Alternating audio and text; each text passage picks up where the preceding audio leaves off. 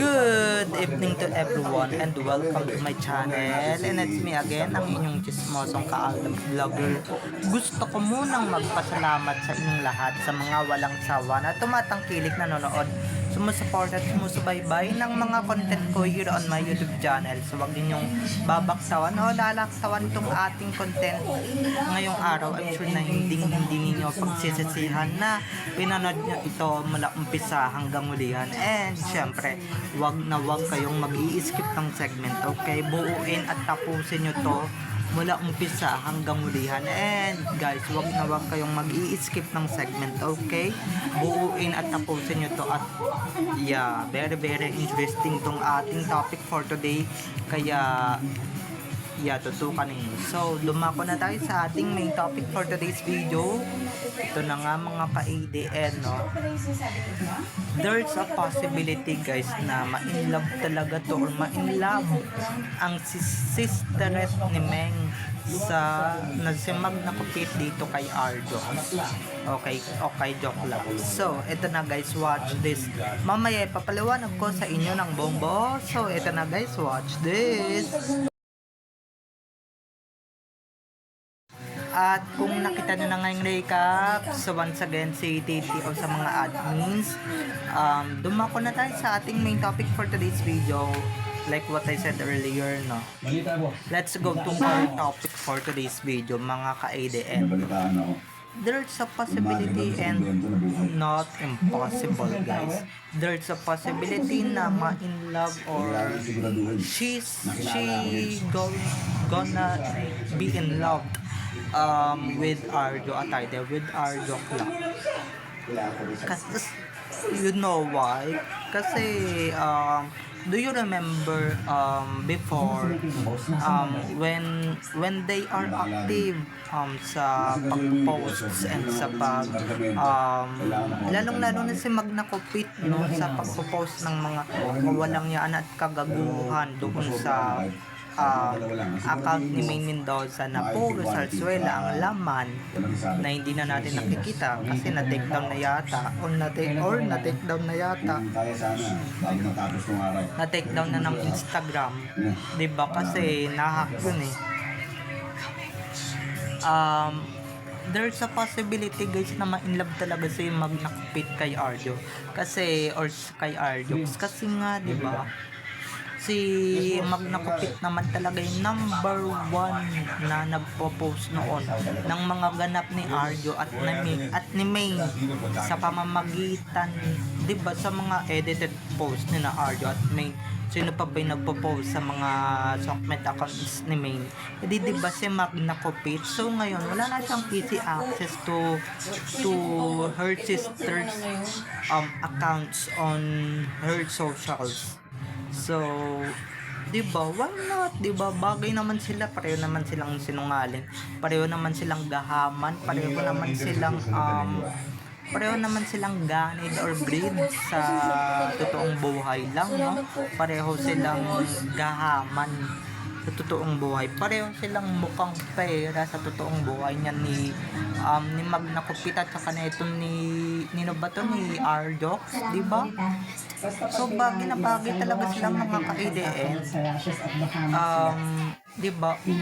Naku, kung may mag-i-imposible man dito na imposible daw ma-in-love yan si Magna Kupit or imposible matipuhan ni Magna Kupit yan si Arjox, diba, posible yan, guys. Posible din na palitan na ni Magna Kupit yung asawa niyang si Toothpick na wala naman ng silbi or wala nang silbi kasi nga wala nang mailalamon or wala nang mapapalamon, diba? At least may maipapalamon pa naman ang bonggang-bongga, diba? Kung sakaling na magkatuluyan sila, kung sakaling merong sila, diba? Kasi sa palagay ko, bet na ito ni Magna Kupit na sisterette ni Maine na si Magna Kupit bet na bet niya talaga yan si Arjo or talagang natitipuhan niya yan si Arjo. Oh, now, it's your time to shine. Diba? It's your time to shine. At para naman wag mo nang gambalain yung kapatid mo, Diyos ko. Diba? Wag mo nang istorbahin dahil napakasaya na ni Maine sa totoo niyang pamilya. Napakasaya na ni Maine guys sa totoo niyang buhay, sa totoo niyang mahal, sa totoo niyang asawa, sa totoo niyang mga anak. Diba? Kaya she's at peace now, okay? She's at peace and ikaw, diba? Para naman mapanindigan yung lifestyle mo na kunwari mayaman ka, ba't hindi mo papatusin yan, diba? Huwag ka nang mag-inarte, Diyos ko, halatang-halata naman dyan sa mga pa-edit-edit mo, na bet mo si Arjo or gustong-gusto mo si Arjo, you like him, diba? Halatang-halata, it's obvious na you like him and it's obvious that you are so obsessed with him. Halatang-halata, 'di ba? Kasi hindi mo naman talaga gagawin yan in the first place, yung mga pa-edit na yan, and syempre pakikialaman mo yung account ng kapatid mo, 'di ba? At sasali ka pa sa drama para lang saan? Para lang diyan kay Arjo, 'di ba? Halatang-halata naman, it's obvious na malaki talaga yung gusto ng magna-copy na yan na sister ni Meng dito kay Arjox or kay Arjo. Diretsuin na nga natin, diba? Ngayon, diba, posible na ngayon na pwede niyang patulan yan, diba? Saan pa ba siya kakapit? Di sa patalim, diba? Sa patalim siya kakapit, mga kaalam nation, yun lang yun. Sa patalim siya kasi wala na siyang kakapitan pa diba? Lalong-lalo na yung asawa niya, yung mister niya, wala na siyang, diba? Wala nang silbi yung kanyang asawa, wala nang pinapatunguhan yung kanyang asawa, diba? Na edited din, syempre dun na siya sa bago, dun na siya sa makikinabang siya ng bonggang-bongga, para nga naman mapanindigan pa rin yung status and lifestyle niya kuno na keso mayaman siya ng bonggang-bongga, diba? Pero yun na nga mga ka-ADN, diba?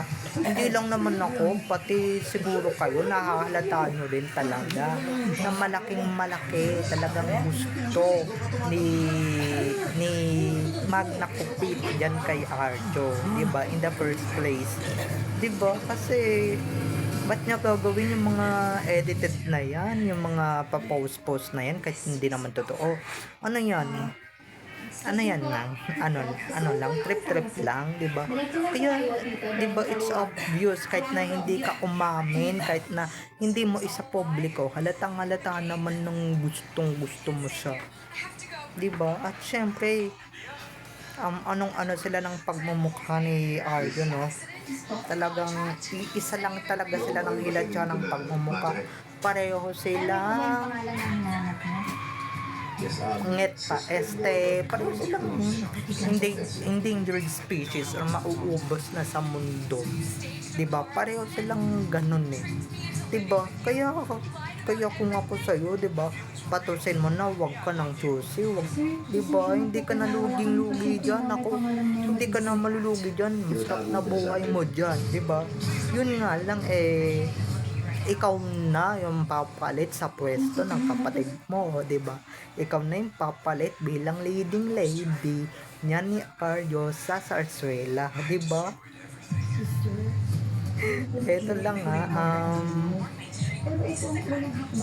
at halatang-halata naman din sa'yo na obvious naman, diba, na since mag-umpisa yung Zarzuela, gustong-gusto mo na talagang palitan yung asawa mong si Toothpick, kasi nga, diba, lalong-lalo na ngayon, diba, halatang-halata naman na gustong-gusto mo siyang palitan at obvious talagang papalitan mo siya kasi nga wala na siyang mahita, or hindi, wala ka nang mahita, 'di ba? Wala ka nang mapakinabangan, for sure useless na yung asawa mo, 'di ba? Kaya go for it. Halatang-halata naman yan, 'di ba? At huwag kang mag-alala, sayo yan si Arjo, 'di ba? Kung papatusin mo yan, sayo yan, wala kang kaagaw, 'di ba? Wala kang kakompetensya.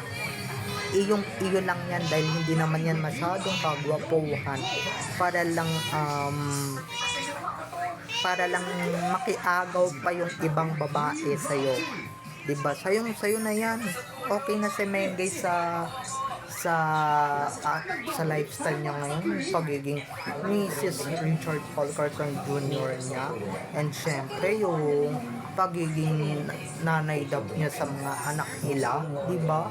So okay si Mengay doon, di ba? Para naman, di ba? Para naman matantanan na si Mengay, or dubayan na ni Arjo si Mengay, para nga naman malinis na rin yung reputasyon ni May na talagang dinumihan mo, di ba? Na talagang nirumihan ninyo, di ba? Para naman malinisan, and syempre malinisan din naman yung, di ba? Alam nyo ba yung sinasabi ko, mga ka-LN? Malinisan lang naman yung konting reputasyon na talagang dinumihan nila, di ba? Na winalangya nila, di ba? Na binaboy nila, di ba? Na winalangya nila. Siyempre, ginamit nila ng ginamit yung tao na yan. Binas ng labas yung taong yan. Binas ng binas yan. Diba? So, para makabawi, patusin mo na yan. Walang aagaw sa'yo. Don't worry. Saradong sarado. No deal na no deal yan. Ganyang pagmumuka, naku, imposible talagang may iba pang papatol dyan. May iba pa bang babaeng magpapakapit dyan? O may iba pang bang babaeng dyan? Diba?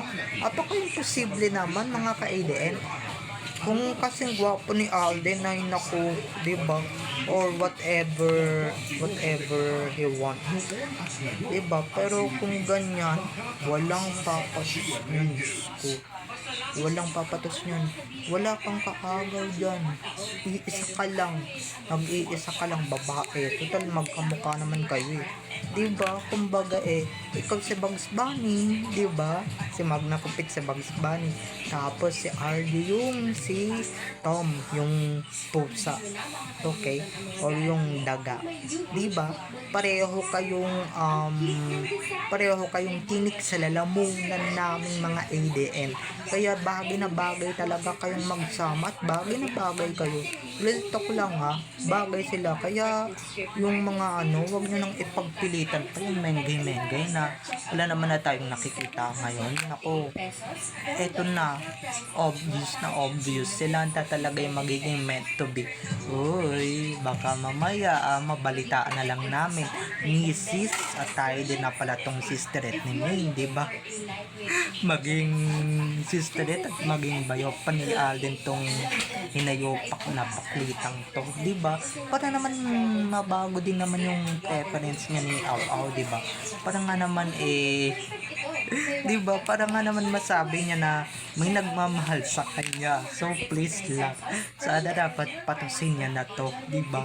Kasi diba, kung walang nagmamahal dyan, tuluyan na yung magpapakabait, yung magpapakabakla, diba? Tuluyan na yung magpapakaserena pagka walang nagmahal dyan. Tuluyan na yung masisiraan ng bait, diba? Nahiwalay na nga dun sa peking asawa, tapos wala pang magkakandara pa, diba? Yan yung mga ganyang tao, hindi yan nabuli ng babae. Okay, kaya kung ako sa inyo, girls, patusin nyo na yan, diba? Hanggang sa huli ng hininga. Charing. Joke. Joke lang. Hanggang sa makakaya ninyo, sa makakaya ng sikmura ninyo, okay? Patusin nyo yan na yan. Murang-mura lang yan, di ba? Saan pa kayo, di ba? Saan ka pa, di ba? Kung ako sa'yo, magnakupit, patulan mo na yan kasi wala ka nang hanapin pa, hindi ka nalugi dyan, di ba? Ang dami pa naman din yung mansion, ang dami pa naman din yung pera na talagang hindi pa nauubos for sure, di ba? So, buhay rin naka pa rin, di ba?